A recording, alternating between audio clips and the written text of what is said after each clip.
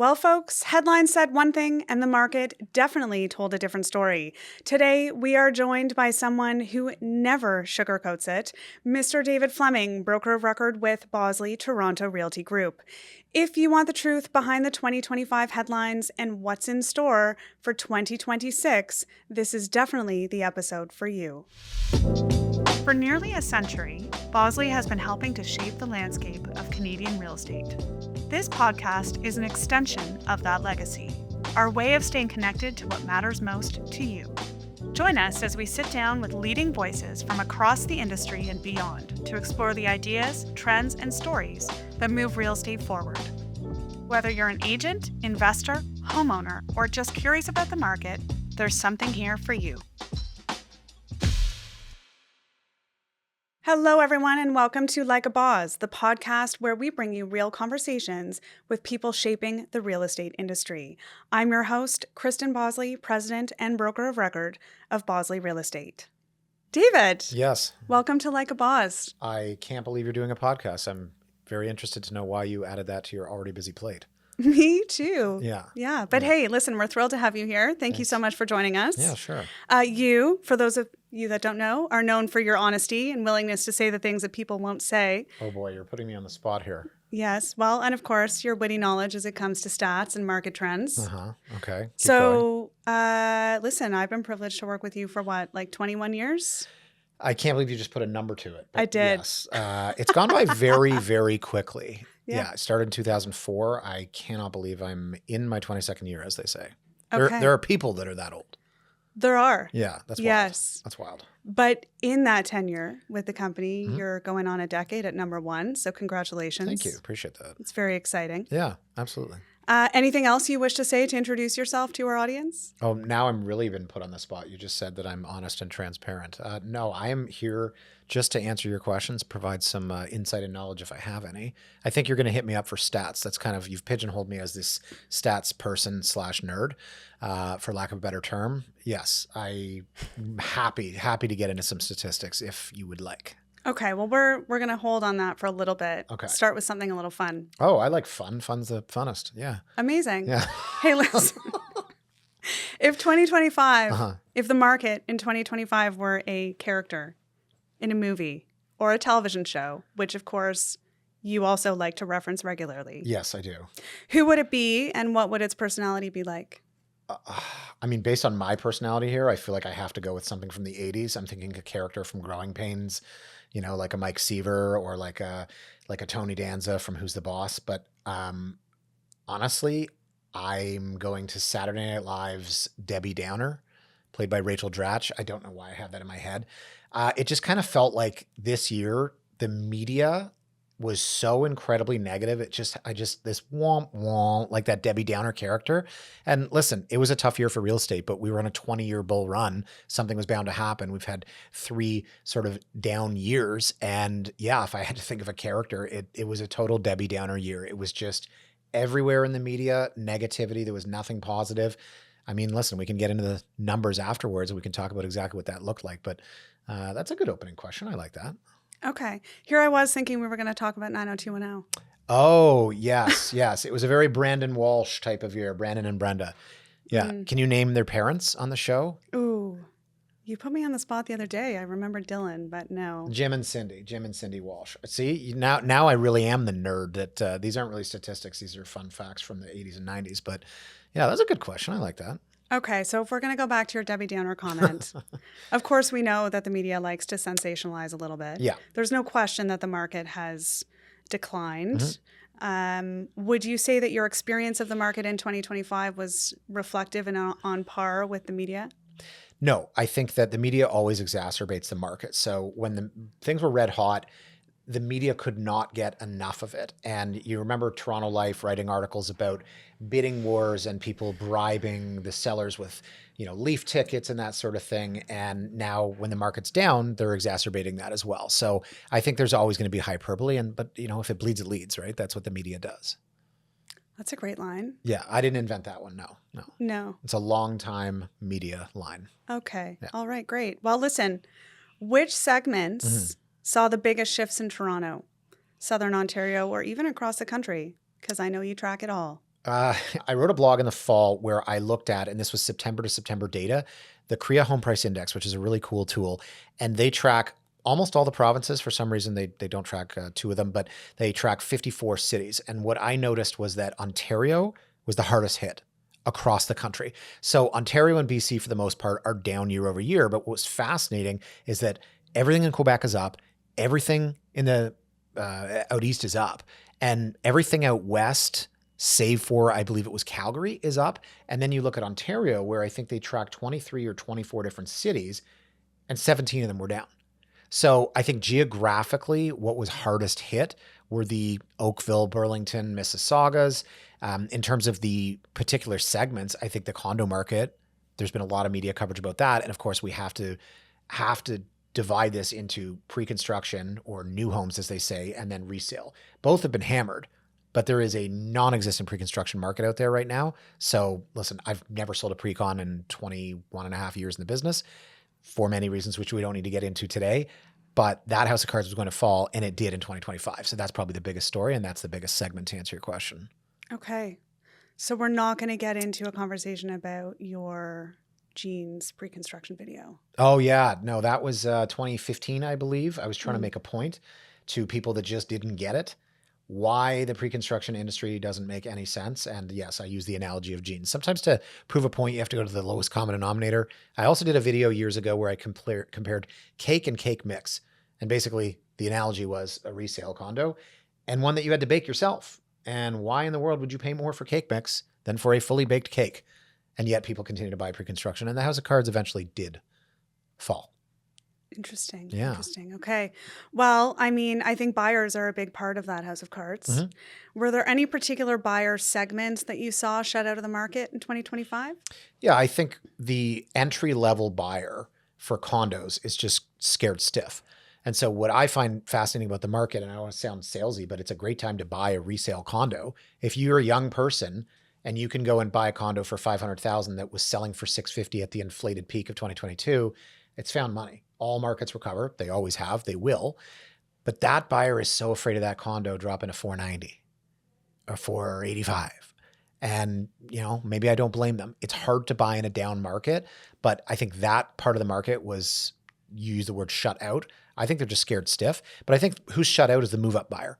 I think the people that own condos and they're worth, what they paid or less, they can't make that move, either financially or just psychologically. So I think the move-up buyers, for the most part, that are coming from entry level, were shut out last year. Yeah, I would absolutely agree. Interestingly, though, there is a segment of move-up buyers that have moved forward with their move as a result of life circumstances, babies, marriage, death, you name it. Where are they winning right now in the market? Well, if you buy and sell in the same market, you can't get hurt. That's what we always say. If you move up, theoretically, you're moving ahead. So say that you own a house that's worth 1.5 and you're buying a house that's worth 3 million.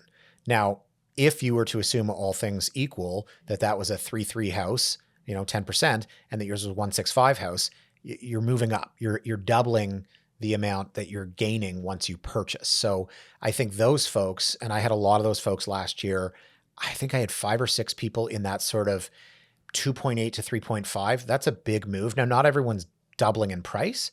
You might sell for 1.8 and buy for 2.4, right? It depends on the geography, depends on, as you mentioned, life circumstance. But what I found is, geographically, we'll explain, like a lot of people that are living in these semis on the east side, or say in the, the Roncies in the west side, and then they're moving up to the forever house, as I call it. Those folks crushed it last year because I think that they were able to get into that asset class that it wasn't hit nearly as hard as their semis, right? So it might, be counterintuitive to the example and the number I just gave you.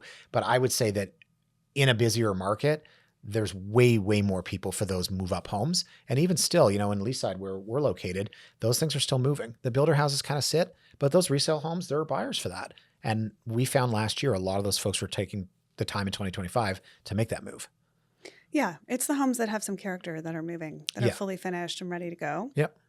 So, but to your point about buying and selling in the same market, these are people who are moving up in the freehold segment or moving up in the condo segment, right? Yeah. It's not necessarily people moving up from condo to freehold. No, I think the people that are in condos, a lot of them, and we've had clients that have just said, I'm going to stick it out. Like there's the financials behind it, and then there's the psychology behind it. And there's so much fear in the market, and we touched on this with, media sentiment. But there's also, to me, that proverbial water cooler talk. I think everyone loves to talk about real estate. For as long as I've been in the business, I've always said Toronto is about two things. It's about the Leafs and it's about real estate.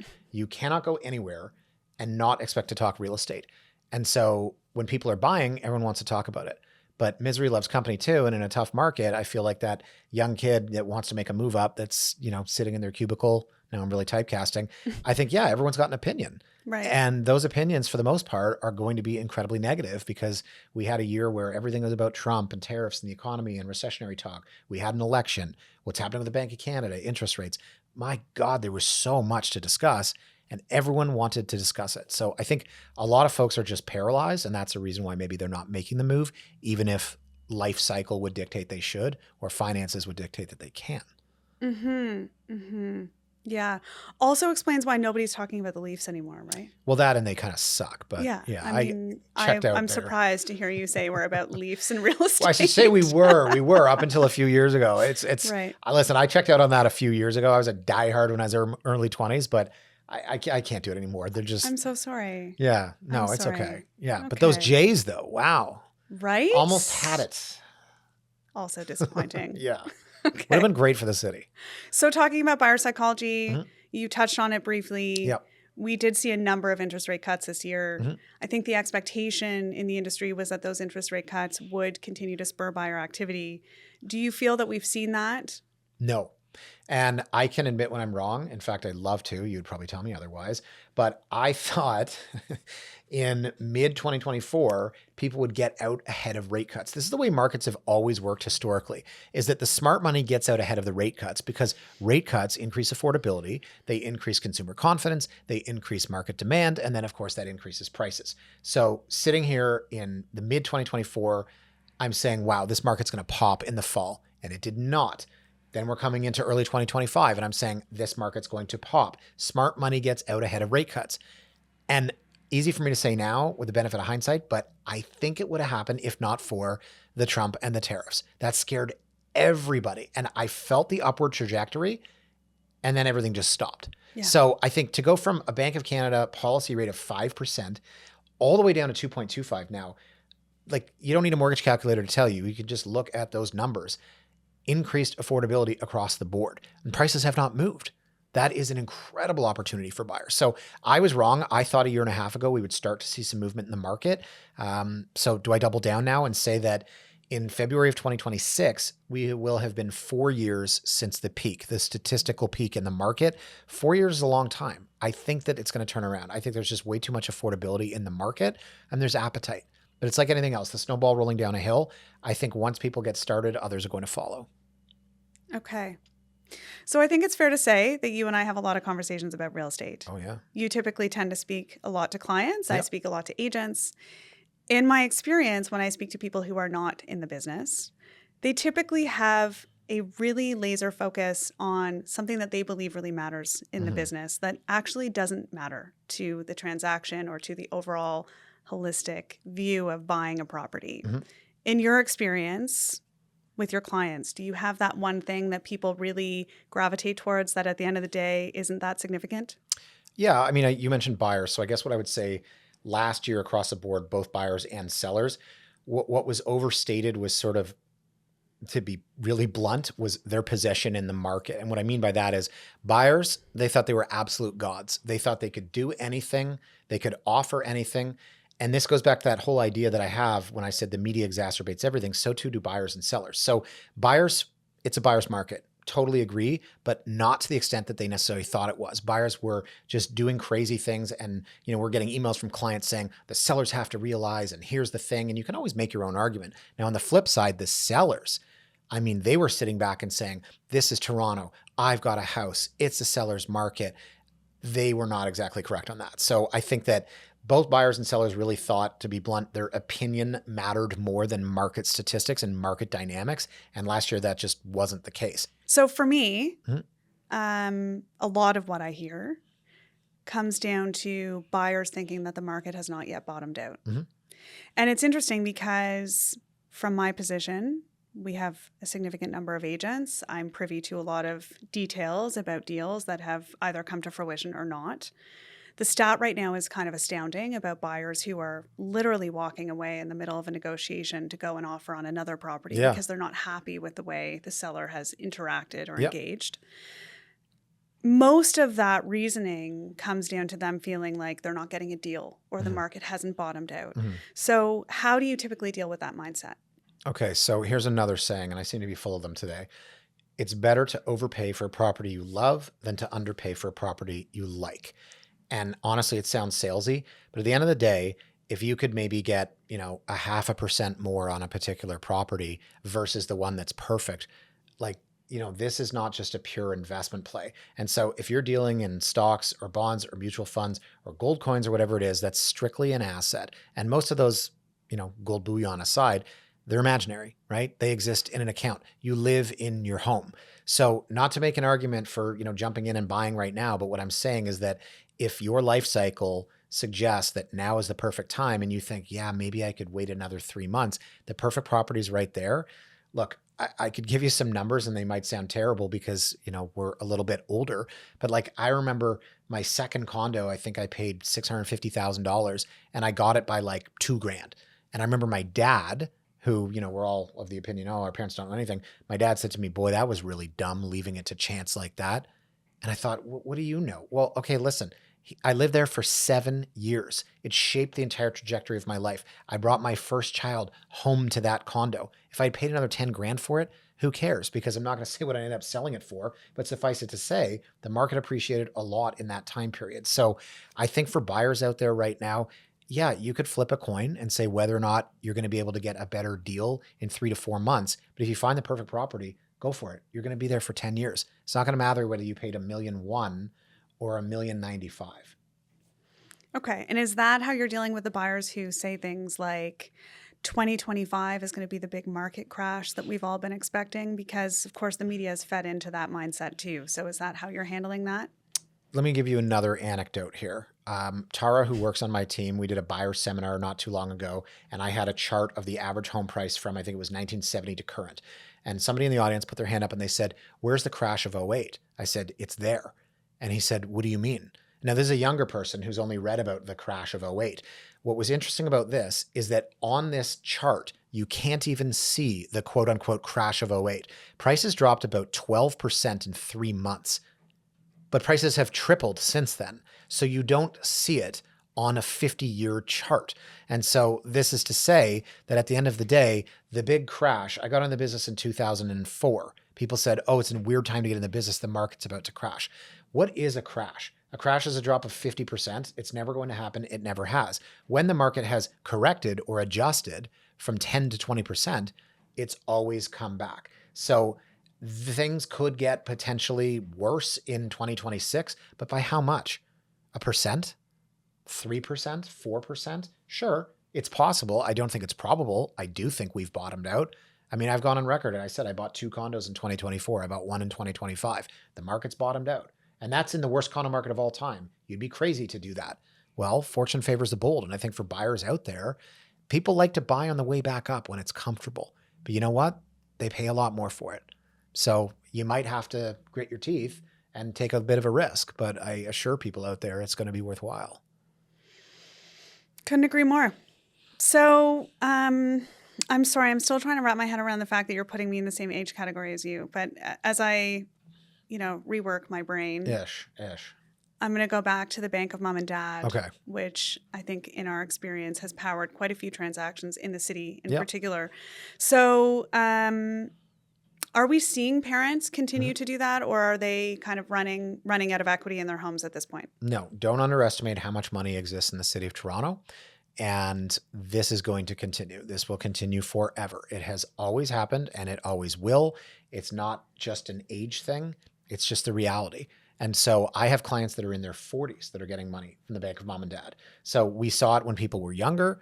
We're seeing it when people are older. I mean, there's also going to be the biggest shift in the history of mankind in terms of wealth will be from the baby boomers to the next generation.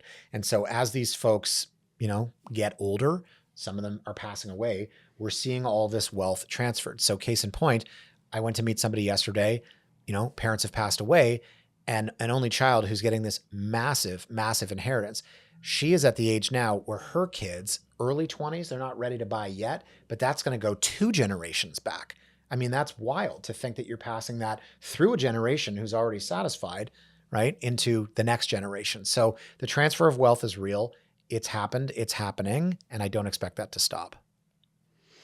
Okay. Are you finding that the next generation is buying into the condo market right now, or is there still that kind of perception that, they want the big house and the white picket fence, and what does that look like? Well, I mean, I don't want to get too political here, but in Canada, we have a lot of deserve. People deserve. Everyone deserves to have a 5-bed, 5-bath, red brick Georgian Tudor in Rosedale, right? And that's, kind of what our society has sort of determined. But what I will say is that the younger generation, maybe not as much anymore, thinking that that's where they're going to end up. I think the reality has set in. But I think the younger generation are shunning the micro condos. And I don't know who wants to live in 293 square feet. And we said we wouldn't spend too much time talking about pre-construction and what's happened with developers shrinking the size of condos so that they can keep the absolute purchase price around the same, because obviously investors have been financing the construction of Toronto for the last 15, 20 years. But they do not want those condos. And so I don't know who's going to live in those. They're going to be difficult to rent. And I think that the younger generation are seeing value in getting something that's, 600 square feet. So they'll do that. And now prices have dropped to a point where they can. And I do see them getting into the market because, you know what? I don't know. Was it ever cool to live with mom and dad? I think maybe it's less cool today than it was. We reached this point where everyone was doing it, but now people are back to wanting out. So I think over the next couple of years, and again, we've got to get back to a consumer psychology and a consumer confidence that's a little bit on the upswing. But I do think we're going to see the condo market, at least on the resale side for slightly larger units, push as those folks want to get out of their parents' houses. 100%. And I think based, on your commentary earlier, when we talk about pre-constructions, we talk about the market, the economy, and everything that's happened. We have experienced a lot of cancellations in the pre-con market, and we have an influx of product on the resale side. So what I'm seeing is a much larger hit to the condo segment than the freehold segment throughout 2025. When you think about the 5-year outlook into the future, how do you think that will impact the segment? Anyone watching this is going to say you're full of it, but I think that we're going to have another massive condo boom in 5 to 6 years. We can't not. And so, look, I remember in 2021, and this is going to be hard for people that are new to real estate and reading the headlines about the condo market to imagine. But I remember in 2021, you could take a $500,000 condo, list it for $399, and have 16 offers and sell it for $550. There was no product. There was nothing out there. There was no inventory, and demand was through the roof. So now, obviously, with interest rates increasing and with prices coming down and with a lot of investors wanting to exit the space, we're seeing the complete opposite. Demand has been cut in half or more, and supply has doubled. But what's going to happen in 5 to 6 years when we reach a point where nothing's been built? Because that's what's happening right now. If you cannot pre-sell condos, which you can't right now because of the cost, then you cannot build condos. And so nothing is being sold. You've seen the stats from Urbanation, which are showing 30 new homes per month. And I'm wondering who's actually buying those. They're probably freehold, to your point, Kristen. But if nothing's going to be built for the next 5 to 6 years, we're going to see in 2030, 2031, a massive deficit in condos. And I think there's going to be another boom. Yeah, I don't see how there can't be. Because the one thing you didn't surprisingly touch on was immigration. So when you look at how many people are coming into the city at this point and how little housing we have in production, it's quite astounding, actually. Well, they have to live somewhere. They do. So a condo boom is on the horizon. What other indicators are you watching closely for 2026? Well, you kind of pigeonholed me as the stats nerd. So sales, we're at an all-time low. We don't have the final data yet for 2025, but my projections are around 62,000 sales. Now, to put this in context, you had 121,000 sales in 2021. That's the all-time high. In 2023 and 2024, you saw 67,000 and 66,000 sales, lowest of all time. And I say all time, I go back to 2000. And why would you go before that? Because the city was half the size. But if we're seeing the lowest sales of all time last year, that's what I'm watching. I'm watching to see where does it go from here, because I thought sales would increase. I mean, I wasn't exactly going on a limb. We were at an all-time low. Well, sure. sales have to increase from here. Now, the other thing I'm looking at is inventory. So people use different metrics, months of inventory. I look at absorption rates, but we went 5 years without seeing 20,000 active listings in a month. And that's a big number to me, 20,000. And this is basically from 2019 through 2024. Not a single month with 20,000 plus active listings. In 2024, we saw 7 months with 20,000 plus active listings. And then in 2025, we saw for the first time ever 30,000 in a month. And we saw that 4 times. So I'm watching inventory, I'm watching sales. And then from there, the ratio, the sales to new listings ratio, right? Your absorption rate. Statistically speaking, anything less than 50% signals a buyer's market. Now, in reality, it probably doesn't because it's Toronto and because of the way that properties are bought and sold here. But we've seen absorption rates dip below 30%. In the condo market specifically, we've seen absorption rates at 24, 25%. I've never seen anything like that. And for context, I think the stat in January of 2021, the absorption rate in the 416 condo market was at 79%. In 2025, it was under 30%. So it completely shifts the dynamic from that ridiculous seller's market that I talked about earlier, where you're listing condos, basic condos, and getting 12, 15 offers. We all saw it happen. And to now the point where stuff is just sitting on the market. So there's a lot of stats. I got really excited there because we're talking about statistics. There's a lot of stats that I'm really excited to look at next year. It's fun for me. At the beginning of every month, Market Watch comes out. I get to fill out my spreadsheet. I update my charts and my graphs. And then I ask you to share them with me. Yes. Thank you. That's what happens. It was like hard to imagine, but like I was the kid in grade 9 that people were like, hey, did you do the homework? And I'd be like, yeah, of course, you can have it. Yeah. Yeah. I appreciate that. Were you the one that was like asking for it? No, I sold my notebooks for a lot of money. Oh my God. I was the one that was super organized. The entrepreneur, of course. Of course. Yeah.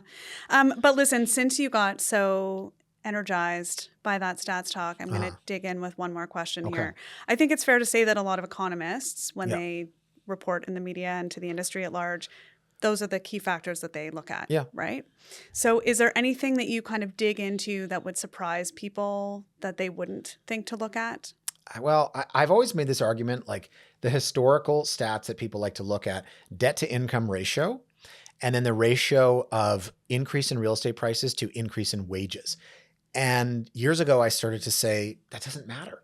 And people would say, what are you talking about? Those are the 2 most highly touted statistics. Okay, we touched earlier on this massive shift in generational wealth. So what does debt to income ratio matter if people are giving their children money? And to be totally blunt, poor people don't buy houses in Rosedale. So what does it matter if people that aren't buying have a ton of consumer debt? So I don't look at that statistic anymore. And then when you look at the increase in wage growth to the increase in real estate prices, I would say the same thing. What about that transfer of wealth that gives, whether it's monthly payments to the kids or the down payment? And then I would look at simply the ratio of homeowners to renters. And I would say that statistic is not negated, but it's certainly less important. So, I mean, those are the 2 economic statistics that people love to look at. And the reason I bring them up is because you go back 15 years and people were saying, look at debt to income ratio in Canada, the real estate market's going to implode. Well, it didn't. And they say, well, look at the ratio of wage growth to real estate growth, that this can't continue. Well, it did. So you have to throw those 2 metrics out. Beyond that, I would look at the same statistics. Average home price is the be all and end all. People like to use the home price index. It's a little bit smoother, less volatile, but is that going to see an uptick? Will we see a new trough in the month of January? Because post-peak in 2022, the trough was in Jan of 2024, and then it went up a little bit in 2025, but all the other year-over-year data by month has been down, essentially. So will we buck that trend? What's going to happen with sales? What's going to happen with inventory? Those are the things that I'm looking at into next year. And again, we touched on the absorption rate, Bank of Canada rate, of course. I think we're holding at 2.25. Some people think it's going to go up. Some people think we have another cut, but I don't think 25 basis points either way is going to move the needle. Is it fair to say, though, that the market has not imploded, not only because of the generational transfer of wealth, but also because of the bank stress test? Yeah, that's part of it. I mean, people complain when that came in, but listen, we have the safest banking system in the world. And if you look back to the 2008 financial crisis, and some people, are younger and they only know what that is because they watched The Big Short, right? Where you have Ariana Grande sitting at a poker table explaining mortgage-backed securities. No, it was somebody else, Selena Gomez. But point is, that was a long time ago. And what ended up happening was Canada took note and they said, we need to strengthen our banking system. So there were so many things the CMHC did. You used to be able to buy with $0 down. There was something called 107% financing. They got rid of that. You used to be able to buy with 5% down. They got rid of that. 20% down for second properties, 20% for investment properties. They brought in, as you mentioned, the stress test. They increased CMHC premiums. There are so many things the Bank of Canada did to strengthen the banking system. That's part of the reason why the real estate market has remained resilient. Now, the other part is simply demand. I think that there's a floor. I think that the people, maybe not watching this podcast, but dare I say mine, where I get more nasty comments on it, is people that just, they want to own and they can't. They can't unless prices drop 90%. So they go to the YouTube comment section and they're like, you don't know what you're talking about. Prices are going to drop 90%. It just doesn't happen. It's just not going to. The Toronto market is resilient. There is a baseline for price, and that is where I think we are right now. Yeah, couldn't agree more. So what is your bold prediction for 2026? The Blue Jays win the World Series. Oh, we could really use that. Yeah. 1 out. It was actually 2, but they gave up a home run to the number 9 hitter. I mean, come on. That was our Joe Carter moment. I know. Predictions for next year, I think we're going to have a flat market. I don't see it going up. I just don't see it going down. I think it's going to be boring.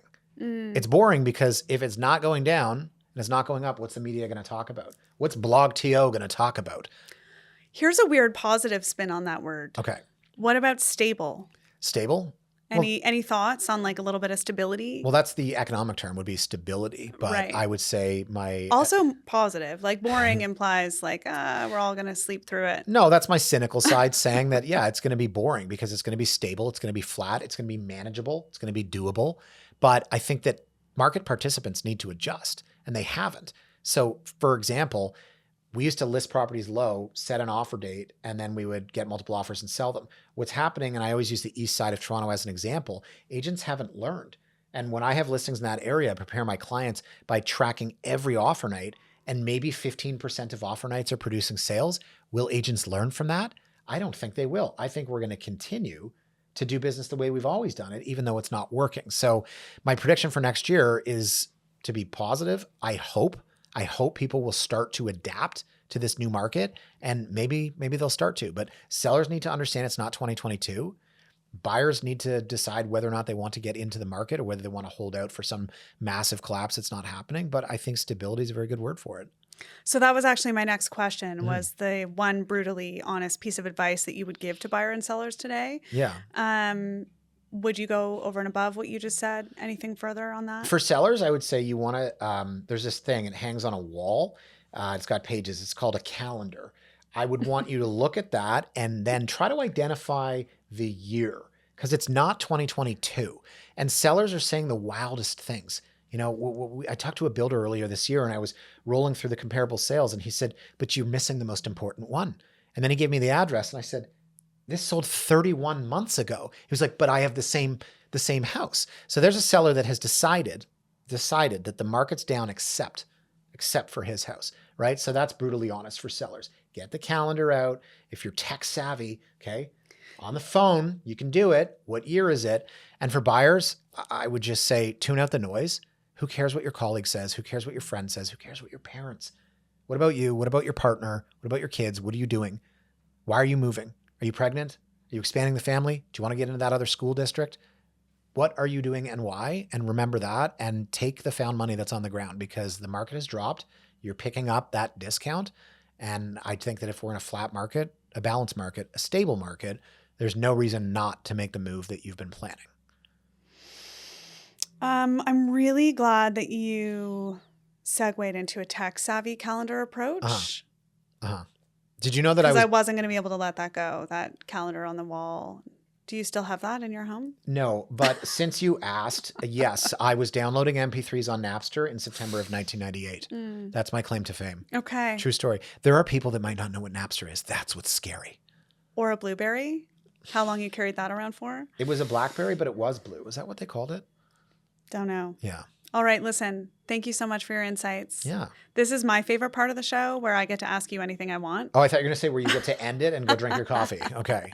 What is it? No. Wait, you're asking me more questions? I'm asking you more questions, but they're just like things that you are not prepared for that I want to know. Go on. Okay. Are you ready? Sure. This one might be challenging for you. Okay. Okay. One lesson you've learned that you wish you knew earlier in your career.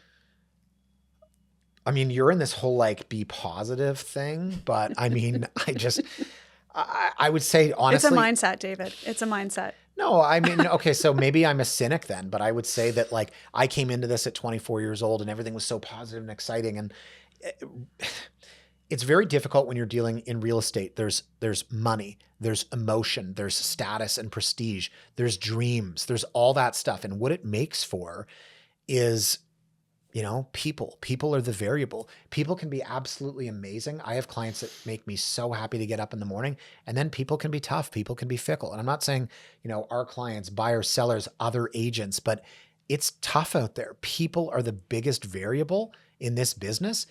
And real estate sometimes can bring out the absolute best in people, and it can bring out the absolute worst. Money, emotions, all of that stuff. So I certainly was not prepared for that. You got to be an amateur psychologist to be in this business. Okay. So that's the lesson you've learned. Well, how to engage with humans. Among others. Yeah. Okay. How to engage with humans.